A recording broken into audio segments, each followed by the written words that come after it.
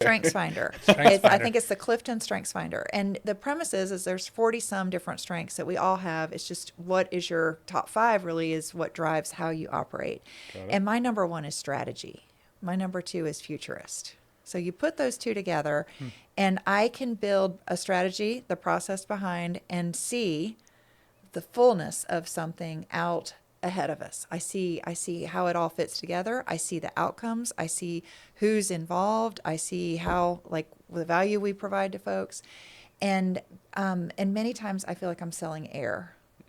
And because I can see it so Like, clearly, you need this. and You have to have what it it. is and how it is when it doesn't even exist. That's crazy. Yeah. And there are people that's, we need those. So we Yep. need those that are very present and that are dealing in the concrete, but I sell air. And that was from the beginning of understanding the full potential of this. That this wasn't about me. This was truly about, like we said, that equation where everybody can win and all the value propositions that there are in this.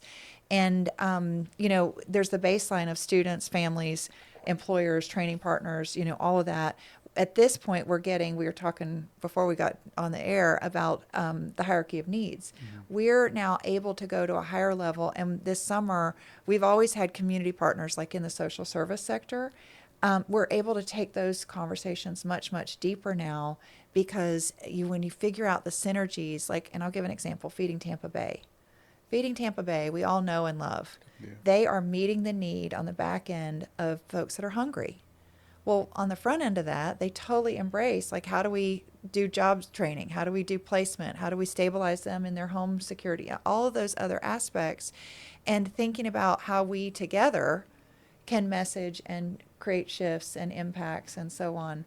So to me, it's really been about me being very impatient, that I want what I see, the fullness of all that, to be fully actualized. But it takes time to build that understanding and buy-in and all the supports because I can't do it by myself. So we've got to take the time and spend with folks and bring them on board so that they are fully part of things and so on. So me being patient has probably been the hardest part of it, but it's also still been a lot of fun. And walking in faith. I mean, this takes money, this takes a lot of things, and walking in faith and continuing to build my faith has been a big part of this. I feel called to this, and that I again, uniquely prepared in provision. I got to do it. So Yeah. you got to do it. And some days are scarier than others. Yeah. We Y'all had can relate. we had Oh, yeah. Yeah. a guy named Tom Goodlet on. He's a leadership coach and a pastor, and he was like, just trust that it's all going to work out, basically. I'm Yeah. like, okay. Yeah. Yeah. I could do that for sure. We could Yeah. definitely do that. Yeah. So we're in Tampa Bay. What's your assessment of Tampa Bay's workforce? The strengths, the weaknesses? How do you think we could do better as an area? That's a great It's a question. big question. I'm such a fan and a cheerleader for this environment that we're in. We live not only in paradise, let's just get that out of the way, but the real magic here is not our backdrop. It's amazing. The real magic here is our people, our leadership, our shared vision. The fact that this is, I came from Plant City today to come over here, your side of the bay, to record.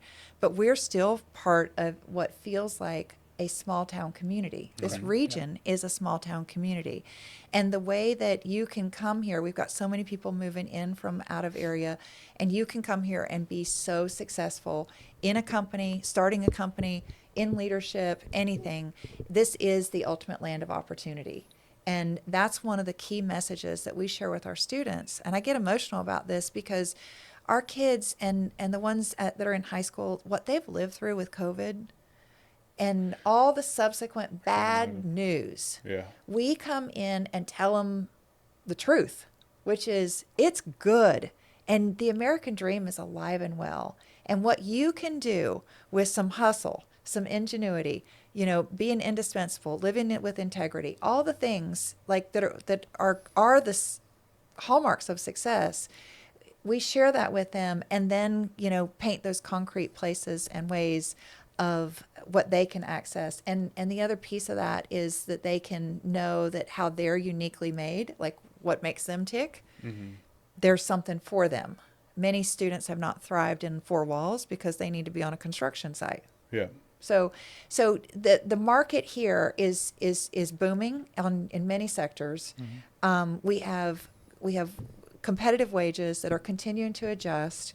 We have employers who are investing in and building their workforce in a way that I am so excited about, because if we've got 12,000 kids that I call my own and that are, that I It's feel a lot of kids to have. that's a lot of kids, but I feel like, my own biological two, I feel like, how would I want everybody else to be treated? And what kind of opportunities? And what I see at this point of how our employers are investing in and value their team and really are creating a culture that I would feel comfortable with any of my kids being able to work in.